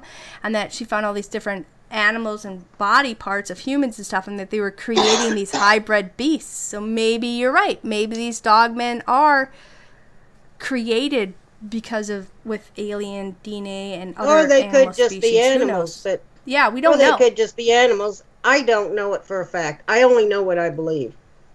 I don't know. Who knows? Well, we're going to do more stuff on this later because, you know, but we just tried to throw a little bit of this and that and everything out there just to kind of get your guys' brains spin a little bit. And we do encourage you guys to go, you know, read up more and check out our links when we post them anyway. But why don't you go ahead and let everybody know what we're going to do on our next show? Well, I want to thank everybody for coming in and to chat. I want to thank our mods, Richard, Nail, Alex, Doppel. I hope I got everybody. Thank you, Raven, for a good show. Join us Tuesday, June 5th, 8 p.m. Central, 9 p.m. Eastern, 6 p.m. Pacific, when we're going to discuss a viewer's request, Haunted Arizona. Come chat and listen when we discuss this. Thank you for coming. Please subscribe to us, give us a like, and please share us with others on any social media site you may be a part of. Yeah, thank you guys all for coming. Thanks for the awesome banter and chat, because when me and Spooky could look over, you guys just had a lot to say. If you guys want to get a show reminder, click on our Spooky Raven name here and sign up, subscribe, or whatever. We don't know if we're going to keep our website or not. So if we end up getting rid of our website, you guys can always go to our Facebook page and like that page, and then you can get reminders there. Or you can contact us there, you know what I mean? And, you know, private message us for any, you know, show ideas or just friendly banter, or share with us your own experiences with things that you guys have, you know? And we just want to thank you guys so much. You know, we really enjoy your friendship. We love learning from you guys. And oh, absolutely. And we are getting to the viewer's request. Yeah. You know, we have a long list, and we're trying our best to get to them. Yeah, I thought you were going to say shit ton, because but we do have tons of them, and we don't always do it in order, so we apologize. And if you sent one like years ago and you still want us to check into it, go ahead and hit us up again. And remind us. Yeah, remind us. Yeah, because we're human. We work. We have family things that go on and everything else. So we're not intentionally trying to, like, ignore it or whatever. You know, we're human, you know, so whatever. But we hope you guys have a great couple weeks, and then we'll see you when we return. And thank you for understanding when we put the show off a little bit. But you guys have a great night, and we'll see you around the internet.